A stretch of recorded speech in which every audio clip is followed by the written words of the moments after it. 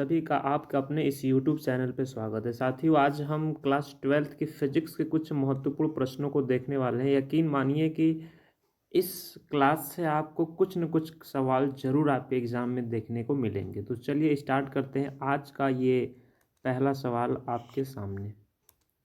साथियों, इस सवाल में पूछा जा रहा है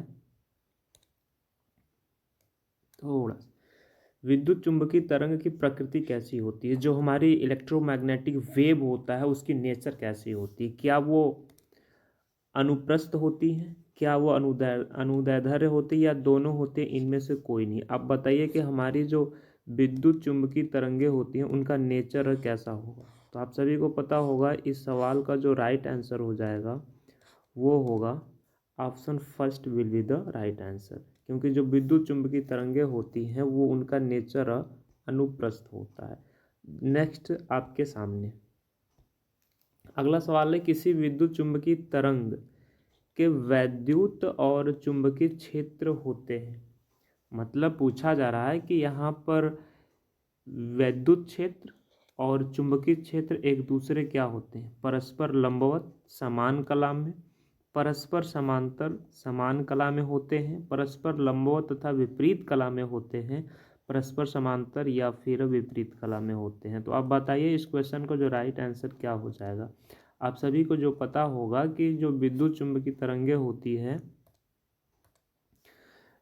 इनके वैद्युत और चुंबकीय क्षेत्र एक दूसरे के लंबवत तथा सेम कला में होते हैं। इस बात को याद, इस क्वेश्चन का जो राइट आंसर हो जाएगा first will be the right answer. आपके सामने अगला सवाल देखिए। नेक्स्ट सवाल है, जब कोई तरंग किसी माध्यम में प्रवेश करती है तो क्या परिवर्तन नहीं होता है। मतलब पूछा जा रहा है कि चार ऑप्शन में से ऐसी कौन सी चीज़ें हैं जो परिवर्तित नहीं होती है। तरंग की आवृत्ति का परिवर्तन नहीं होता है, तरंग दैर्ध्य का परिवर्तन नहीं होता है, तरंग के वेग का परिवर्तन नहीं होता है, या फिर तरंग के आयाम का परिवर्तन नहीं होता। बताइए इस क्वेश्चन का जो राइट आंसर क्या हो जाएगा। आप सभी को पता ही होगा जब कोई भी तरंग एक मीडियम से दूसरे मीडियम में इंटर करती है तो सब कुछ बदलता है, लेकिन तरंग की आवृत्ति फ्रीक्वेंसी नहीं बदलती है। इस क्वेश्चन का राइट आंसर फर्स्ट हो जाएगा। अगला सवाल आपके सामने साथियों पूछा जा रहा है कि एक समतल विद्युत चुंबकीय तरंग के वैद्युत क्षेत्र का आयाम दे रखा है।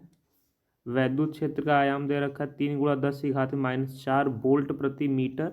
चुंबकीय क्षेत्र का आयाम पूछा जा रहा है। आप सभी को पता होगा वैद्युत क्षेत्र के आयाम और चुंबकीय क्षेत्र के आयाम में एक रिलेशन होता है। वैद्युत क्षेत्र का आयाम E0/B0 is equal to C होता है, जहाँ C प्रकाश की चाल है, E0 जो है वैद्युत क्षेत्र का आयाम है, B0 जो है चुंबकीय क्षेत्र का आयाम। तो हमसे पूछा जा रहा है कि चुंबकीय क्षेत्र का आयाम क्या होगा। यहाँ से आप थोड़ा सा रीअरेंज करेंगे तो E0/C is equal to B0। E0 की वैल्यू दे रखा है 3 × 10⁻⁴ मीटर वोल्ट प्रति मीटर बटा में। C का मान कितना होता है प्रकाश की चाल 3 × 10⁸ मीटर पर सेकेंड। ये 3 से 3 कैंसिल हो जाएगा, आ जाएगा अपना 1 × 10⁻⁻⁴ ये प्लस ऊपर जाकर क्या बन जाएगा -8। तो इसका राइट आंसर हो जाएगा 1 × 10⁻⁻12। तो इस हिसाब से इस क्वेश्चन का जो राइट आंसर हो जाएगा वो होगा 1 × 10⁻⁻12 टेस्ला। अगला सवाल आपके सामने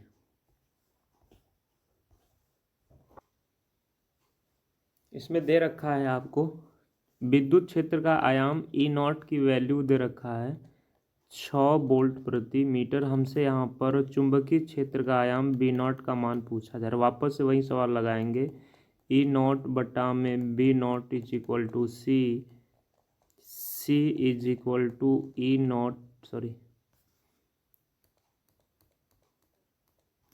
यहाँ से हो जाएगा B0 is equal to E0/C।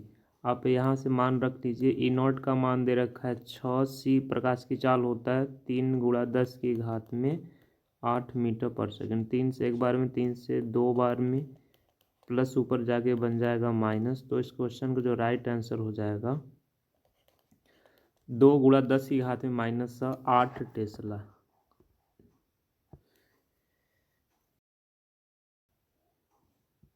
2 × 10 की घात में -8 Tesla. Option second will be the right answer. Next सवाल आपके सामने साथियों पूछा जा रहा है कि सबसे बड़ी तरंगदैर्ध्य की विद्युत चुम्बकीय तरंगें कौन सी है, वो बताइए। कौन सी चुंबकीय तरंग की तरंगदैर्ध्य सबसे बड़ी होती है? एक्सरे, रेडियो तरंगे, परावैंगनी तरंगे या फिर अवरक्त तरंगे, बताइए इनमें से सबसे बड़ी किसकी होती है। आप एक सीक्वेंस याद रख लीजिएगा। सबसे पहले होता है गामा किरण, गामा के बाद आती है एक्सरे, इसके बाद आती है परावैंगनी,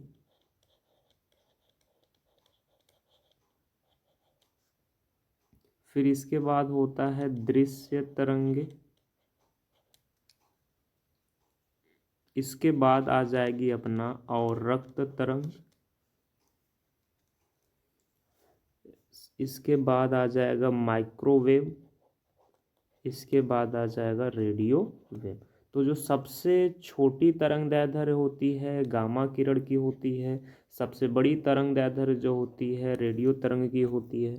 तो इस सवाल का जो राइट आंसर हो जाएगा option second will be the right answer. बढ़ते हैं नेक्स्ट क्वेश्चन की तरफ।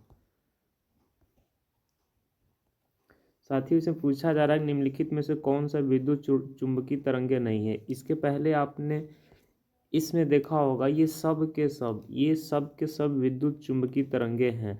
गामा किरण, एक्सरे, परावैंगनी, दृश्य, अवरक्त, माइक्रोवेव और रेडियो वेव, ये सब के सब विद्युत चुंबकीय तरंगे हैं। और बताइए इसमें से कौन सा वो तरंग है जो विद्युत चुंबकीय तरंग नहीं होती है। हमने अभी पीछे देखा गामा होती है, एक्सरे होती है, अवरक्त होती है, लेकिन बीटा किरण नहीं होती है। तो इस क्वेश्चन का जो राइट आंसर हो जाएगा वो हो जाएगा option third will be the right answer. बढ़ते हैं नेक्स्ट सवाल की तरफ। साथियों क्वेश्चन नंबर 8 दे रहा है यहाँ पर विद्युत चुंबकीय विकिरण क्या है। वापस से वही सवाल, अल्फा, बीटा, एक्स या धन, इसमें से कौन सी किरण है जो विद्युत चुंबकीय विकिरण होती है। तो आप सभी को पता है जो इस क्वेश्चन को राइट आंसर हो जाएगा वो हो जाएगा एक्स